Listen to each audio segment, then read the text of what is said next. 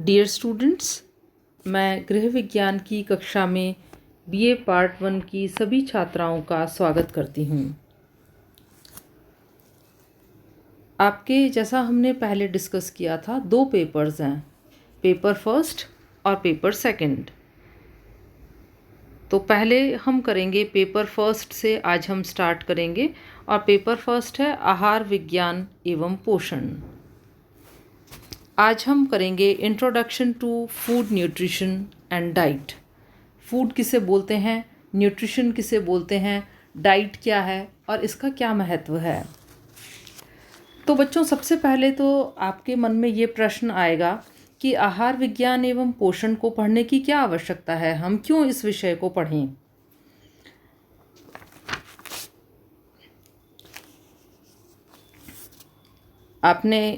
आप ये सभी तो जानते ही हैं कि वायु और जल के बाद भोजन मनुष्य की आधारभूत आवश्यकता है। भोजन से शरीर को ऊर्जा, पौष्टिक तत्व और उष्णता प्राप्त होती है और इसी से शरीर की वृद्धि होती है, शारीरिक और मानसिक क्रियाएं संपन्न होती हैं, शरीर का विकास होता है, तंतुओं की मरम्मत होती है और शरीर की रोगों से रक्षा होती है। भोजन में वे सभी पोषक तत्व पर्याप्त मात्रा में विद्यमान रहते हैं जो शरीर के सभी कार्यों को संपन्न करते हैं और इसीलिए जीवित प्राणी पोषक का ही उत्पाद रूप है। जो भी हम फूड खाते हैं उनमें से न्यूट्रिएंट्स बॉडी के अंदर एब्जॉर्ब हो जाते हैं और उसी से हमारा शरीर बनता है। मनुष्य को स्वस्थ रहने के लिए लगभग 45 प्रकार के पोषक तत्वों की आवश्यकता होती है।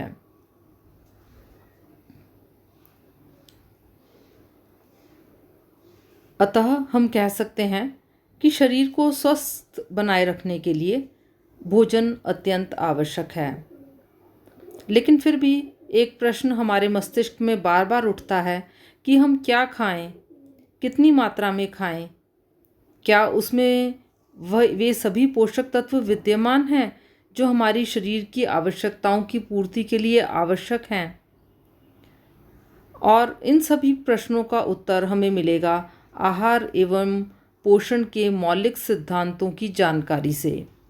तो इस सब्जेक्ट से आपको आहार एवं पोषण के बारे में मालूम चलेगा कि हम दैनिक आहार में जो भी भोजन ले रहे हैं उसमें कितनी कैलोरीज है, कितना प्रोटीन है, कितने विटामिन्स मिनरल्स हैं, वो बॉडी के अंदर किस प्रकार से एक्ट कर रहे हैं। अगर हम उन्हें लेंगे तो हमारी बॉडी किस तरह से प्रभावित होगी और यदि हम उनका इस्तेमाल नहीं करेंगे और सिर्फ हमारा उद्देश्य रहेगा चटपटे स्वादिष्ट भोजन करना, तो उससे हमारे शरीर के ऊपर क्या असर पड़ेगा।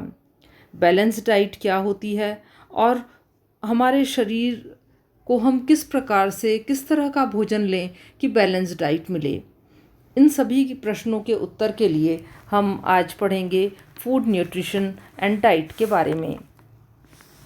आज के टॉपिक के कंटेंट्स रहेंगे introduction to nutrition and diet, यानी न्यूट्रिशन और डाइट के बारे में, कैलोरीज किसे बोलते हैं और संतुलित आहार किसे बोलते हैं, कैलोरी की दैनिक आवश्यकता कितनी होनी चाहिए, फूड ग्रुप्स कौन कौन से होते हैं और उनका बैलेंस डाइट के अंदर क्या रोल होता है। तो ये सभी पढ़ने से पहले हम पढ़ेंगे व्हाट इज़ न्यूट्रिशन, न्यूट्रिशन किसे बोलते हैं, पोषण किसे बोलते हैं और फूड क्या होता है, भोजन किसे बोलते हैं। तो भोजन वे पदार्थ हैं जिन्हें हमारा शरीर ग्रहण करता है तथा जो शरीर में पहुंचकर विभिन्न शारीरिक और मानसिक क्रियाओं में अपना योगदान देते हैं। भोजन का अर्थ 20th सेंचुरी में चैम्बर्स डिक्शनरी में बताया गया, वह जो व्यक्ति खाता है, what one feeds on, which can be digested, वह जो पचाया जा सके, और which sustains और promotes growth, वह जो जीवित रखता है या वृद्धि करता है। इसीलिए हम कह सकते हैं कि भोजन से तात्पर्य उन सभी पदार्थों से है जो हम खाते या पीते हैं दवाइयों को छोड़कर, दवाइयाँ इसमें नहीं मानी जाती हैं, जिनसे हमारा शरीर बनता है, पनपता है, परिपक्व होता है, सुडौल और सुगठित होता है। या हम यूँ कहें, वह पदार्थ जो मनुष्य द्वारा खाने योग्य है, आसानी से पचाया जा सकता है और हमारे शरीर को पोषित करता है, वह भोजन कहलाता है।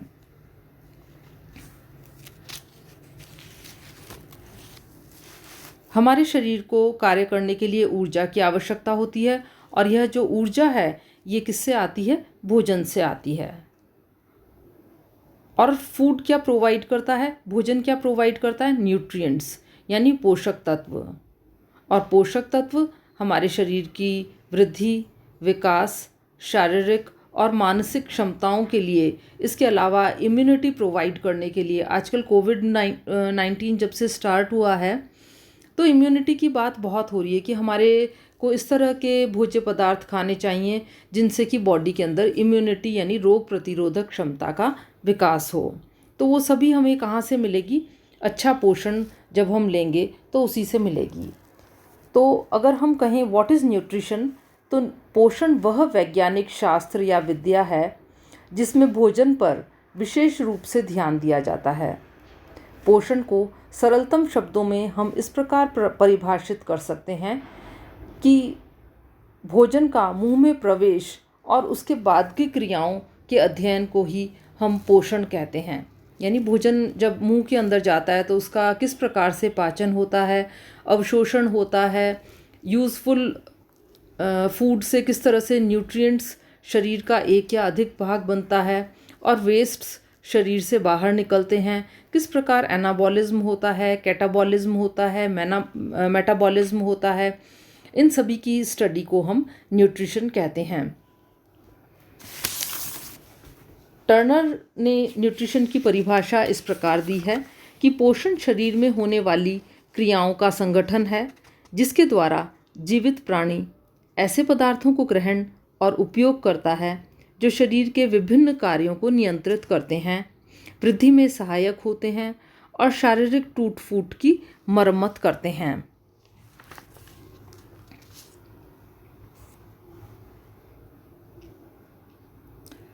युटकिन के अनुसार पोषण मनुष्य और उसके बीच का संबंध है और इसमें शारीरिक, सामाजिक, मनोवैज्ञानिक और जैविकीय पहलू भी आते हैं।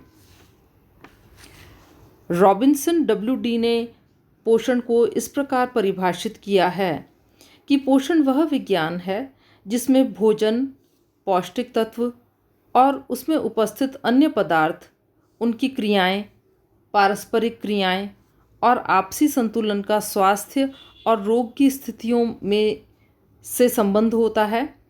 वे प्रक्रियाएं जिनके द्वारा जीव में अंतर्ग्रहण, पाचन, अवशोषण, वहन होता है तथा जीव इन पौष्टिक तत्वों को उपयोग करके और अंतिम उत्पाद का निष्कासन करता है। इसके अतिरिक्त पोषण सामाजिक, आर्थिक, सांस्कृतिक और मनोवैज्ञानिक आवश्यकताओं के अनुकूल भोजन और खान पान से संबंध रखता है।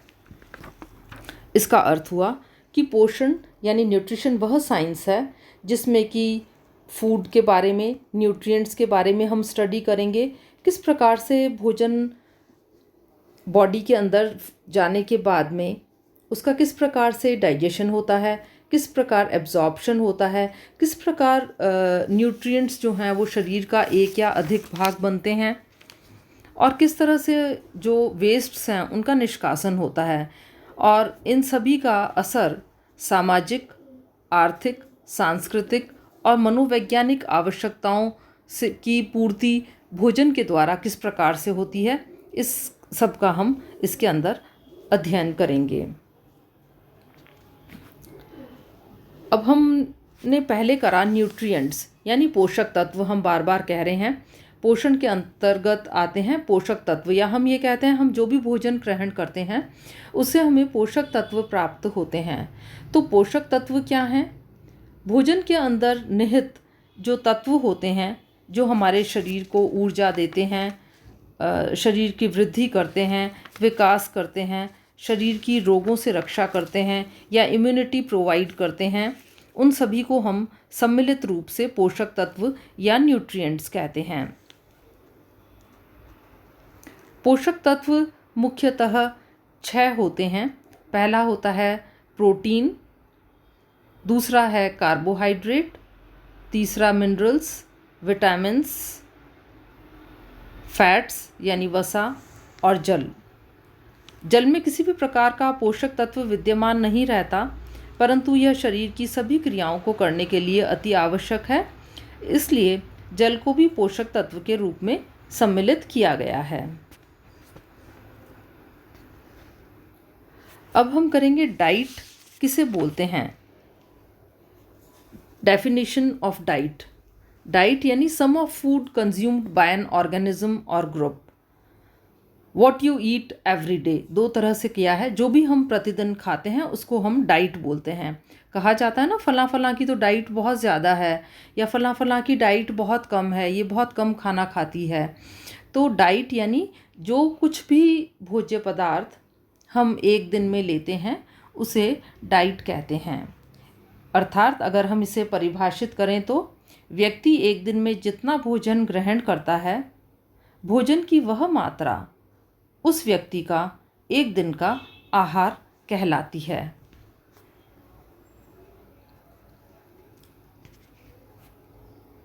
उसके बाद कैलोरी। कैलोरी किसे बोलते हैं? कैलोरी यानी a calorie is a unit that is used to measure energy. ऊर्जा के नापने की इकाई को कैलोरी कहते हैं। जिस तरह से कपड़े को हम मीटर या सेंटीमीटर में नापते हैं, जो भी तरल पदार्थ होते हैं उनको लीटर में नापते हैं, दूरी को, डिस्टेंस को हम लोग किलोमीटर में नापते हैं या मील में नापते हैं, उसी तरह से जितनी ऊर्जा अंदर ली गई है, जो भी ऊर्जा भोज्य पदार्थों में समाहित है, उसे हम भोजन में ऊर्जा को नापने की इकाई है कैलोरी। तो इसलिए कैलोरी क्या है? एक यूनिट है जो कि ऊर्जा को नापने के काम आती है। और एक्चुअली अगर हम देखें तो एनर्जी एक्सपेंडिचर और जो स्टोर्ड एनर्जी है उसको कैलोरी के द्वारा नापा जाता है। जैसे हम कहते हैं कि जो वसा वाले पदार्थ होते हैं उनके अंदर कैलोरी की मात्रा अधिक होती है। इसी प्रकार फ्रूट्स में, वेजिटेबल्स में कैलोरी कम मात्रा में होती है। What is calorie in terms of food? तो हम कैलोरी किसे बोलते हैं? कैलोरी का मतलब होता है 1 किलो कैलोरी का इज़ इक्वल टू 1000 कैलोरीज़।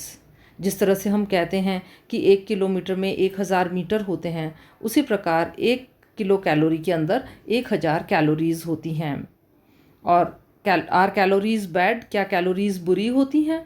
नहीं, कैलोरीज़ बुरी नहीं होती, लेकिन अगर इन्हें अधिक मात्रा में, अगर वसीय पदार्थों को या अधिक कार्बोहाइड्रेट युक्त पदार्थों को खाया जाए तो उनके अंदर क्योंकि कैलोरीज़ अधिक होती हैं और वो शरीर में जमा होकर के मोटापा करती हैं, इसीलिए कैलोरीज़ को कहा जाता है कि वो उनको बर्न करना ज़रूरी है, उनको इकट्ठे नहीं होना देना चाहिए, नहीं तो शरीर का वज़न बढ़ने लगता है।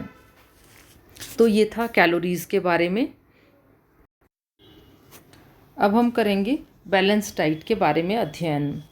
बैलेंस डाइट को बोलते हैं हिंदी में संतुलित आहार। जैसा नाम से ही क्लियर है, वह आहार जिसमें पर्याप्त मात्रा में सभी पौष्टिक तत्व जैसे कि कार्बोहाइड्रेट, प्रोटीन, वसा, खनिज लवण और विटामिन विद्यमान हों, जो शरीर की शारीरिक वृद्धि और विकास के लिए पर्याप्त हो, संतुलित आहार कहलाता है। संतुलित आहार में पानी और रेशे भी पर्याप्त मात्रा में होनी चाहिए। इसके अलावा आहार आकर्षक, स्वादिष्ट और व्यक्ति की रुचि के अनुकूल होना चाहिए।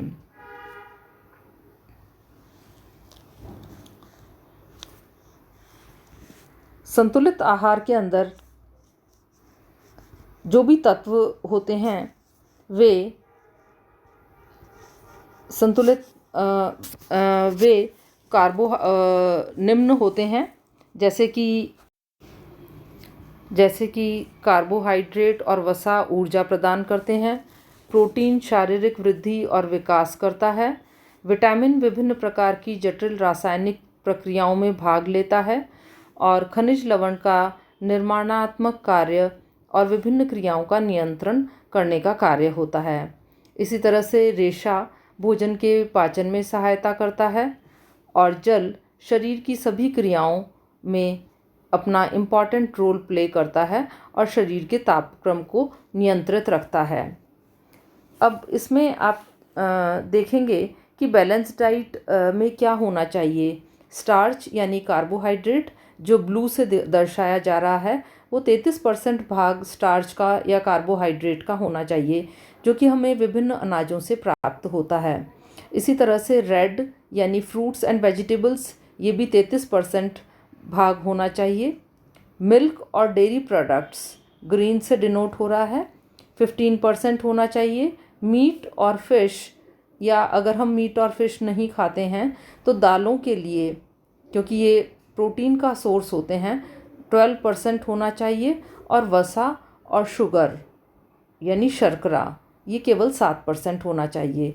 तो जब इस प्रकार का भोजन होगा जिसमें कि 33% कार्बोहाइड्रेट, 7% फैट और शुगर, 12% मीट फिश या फिर दालें यानी प्रोटीन, 15% मिल्क और डेयरी हों और 33% फ्रूट्स एंड वेजिटेबल्स हों, तो इस तरह की डाइट बैलेंस डाइट कहलाती है।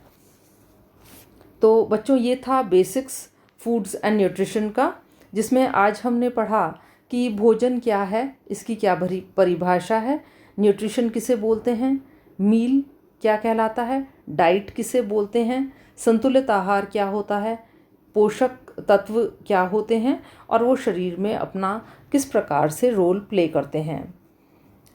आगे की क्लास में हम न्यूट्रिशन में थोड़ा और डिटेल में जाएंगे और मेल न्यूट्रिशन, भोजन के कार्य आदि और चैप्टर्स पढ़ेंगे। आज के लिए इतना ही। अगर आपको मेरा वीडियो या लेक्चर पसंद आता है तो इसे लाइक और सब्सक्राइब ज़रूर करें। Thank you.